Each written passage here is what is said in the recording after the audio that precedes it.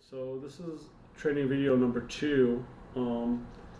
Our main purpose in the training video here is to not just role play what we do, but to give you the reasons we do what we do. So let's start with the open house table that's at the open house. Really, the table should only have the sign-in sheets and pens.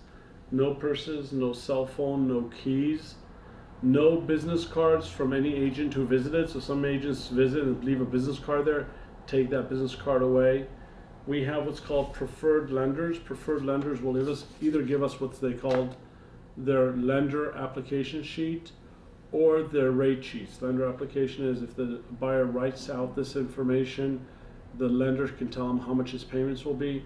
And this is a sample rate sheet. It kind of tries to entice the buyer by saying, I know the price is $500,000, but your payment is only $2,500. So we usually have 1 or 2 of these at any open house.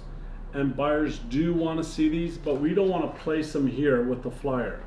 Generally, what I want is a very clean desk, this to be away or in your yellow pad of paper. And I generally don't even want flyers here. The only thing that is allowed here, if you want, is a flyer so that they can pick one up. But regardless if there's a flyer here or not, you must have flyers with you in your yellow pad all the time.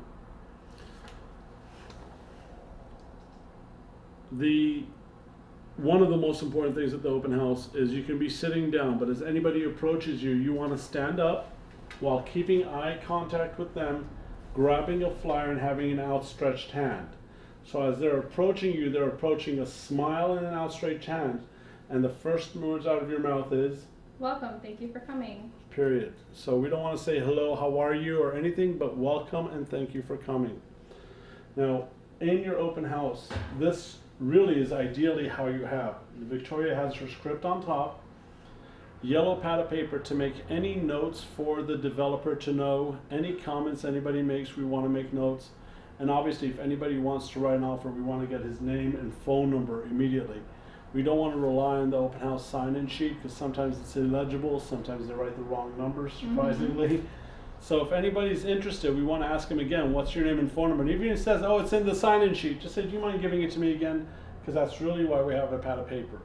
If anybody says it's the unit's beautiful, the crown molding, the color, the carpet, good or bad, we want to make notes. Because if we're pointing out the crown moldings every time, and we're constantly hearing that people are saying crown moldings are kind of ugly, we should stop pointing that out.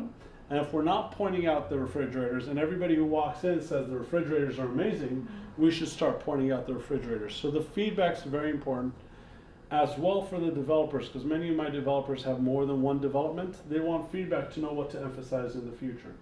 And on the bottom of it is flyers. The main reason for the flyer is I don't want somebody to come to the open house, and as he's coming to the open house, you're looking down and then looking up to give them a flyer. I'd rather have the eye contact with the smile. I'm not a good smiler, smile.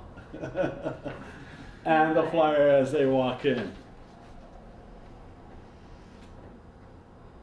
Okay. Second thing that's very, very important, please give me the script as you walk in. As I walk in, you say, welcome, thank you for coming. May I give you a brief description of the building, or would you prefer to simply walk around? The important, extremely important is, if my answer is no, what do you say? If you can just sign in. And then what else do you say? Nothing. Absolutely nothing. You don't say a limited or a smaller script. You don't say go here. You don't say the model. You don't say remember. You just don't say anything. Right. And again, we have found that 90% of the time they'll take 2 steps and they will ask me a question and where to go. Now what we've learned is the question that they ask is not what they really want to know.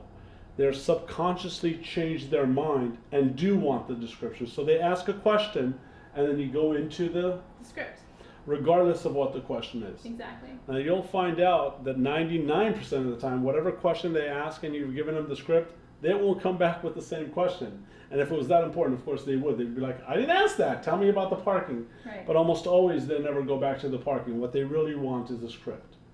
One thing to focus on is that we genuinely only have 1 minute to speak to anybody in any sales presentation if they're open to be spoken to. So if they're coming in and they're not open to hear what you're saying, even if you talk for half a minute, or 10 minutes, they're not going to hear any of it. That's why we ask for their permission to speak before we speak. When we go inside the unit, what's the first words in the script, Victoria?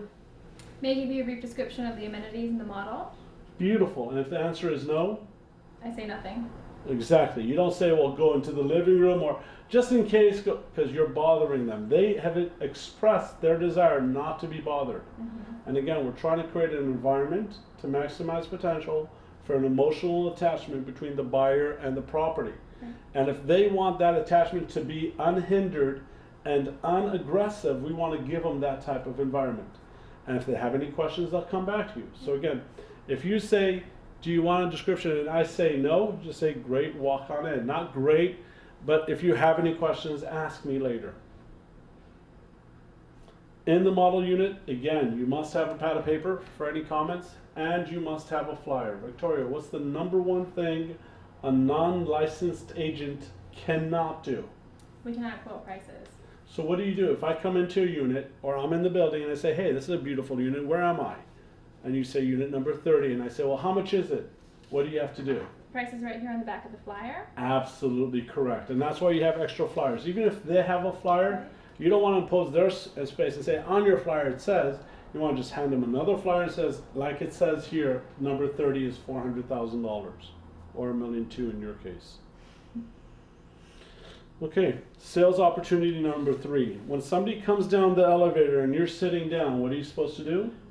I'm going to stand up and I'm going to say, which unit did you like best? Exactly. Always be standing, always be standing. Give them the respect they deserve.